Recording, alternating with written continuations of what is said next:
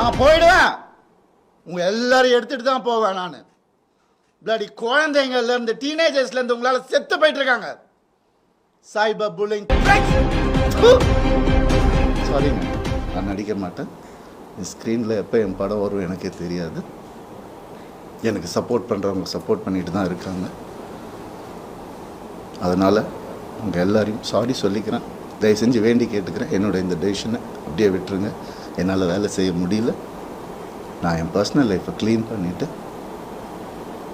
எனக்கு என்ன இமேஜ் இருந்ததோ அதை நான் காப்பாற்றிக்கிட்டு நான் கண்டிப்பாக திரும்பி வருவேன். அது கடவுள் கையில் இருக்குது.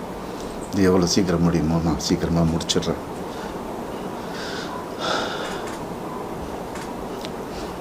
சில விஷயங்கள் சொல்லணுங்க, அது ஓப்பனாக சொன்னால் தான் அது. இந்த 3 லெட்டர் நடிகை இருக்காங்க, நான் சொன்னல ஆல்ரெடி நிறைய கேஸ். அவங்க பேரை சொன்னால் அவங்களும் என் பேரை தெரியாமல் என்னை வந்து அட்டாக் பண்ணுறாங்களாம். இட்லி நடிகை, அதையும் சொல்லிடுறேன் நான். 3 பேர் ஹீரோஸ் என்கிட்ட, பெரிய ஹீரோஸ், அவங்க ஜென்ரேஷன் ஹீரோஸ் வந்து என் குடும்பத்துக்கு கெடுக்க வந்த இவாவை அசிங்கமான வார்த்தையில் சொன்னாங்க. நாசமாக போயிருக்கும். 3 பேரோட வாழ்க்கையை கெடுக்கிறதுக்கு ரெடியாக இருந்த அந்த ஒரு பொம்பளை என் லைஃப் பற்றி பேசுகிறாங்க. ஆனால் வேறு ஏதாவது பிரச்சனை வந்து அப்படியே நான் ஃபெமினிஸ்ட், நான் இப்படி ஆகிடுவேன். என்ன ட்ராமா இதெல்லாம்? உனக்கெல்லாம் ஏதாவது துப்பு இருக்கா என்னை பற்றி பேசுறதுக்கு?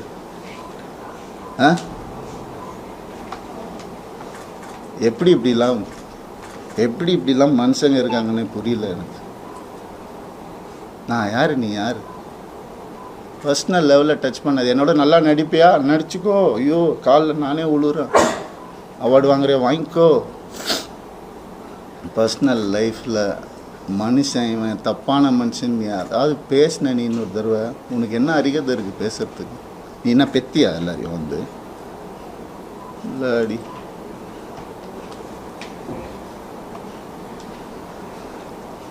தண்ணி கொடுங்கப்பா.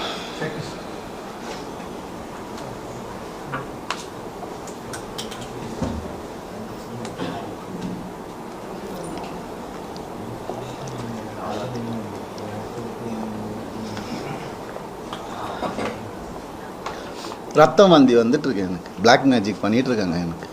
நான் இருந்தப்பவும் பண்ணிட்டு இருந்தாங்க. அவன் பேச்சை கேட்கணுன்னு அப்படியே பொட்டி பாம்பு மாதிரி வச்சுருந்தாங்க. எனக்கு தெரியுது, நான் தெரியாமல் இல்லை. அதுதான் அப்பா அம்மா கொடுத்த அறிவு தெரியுது.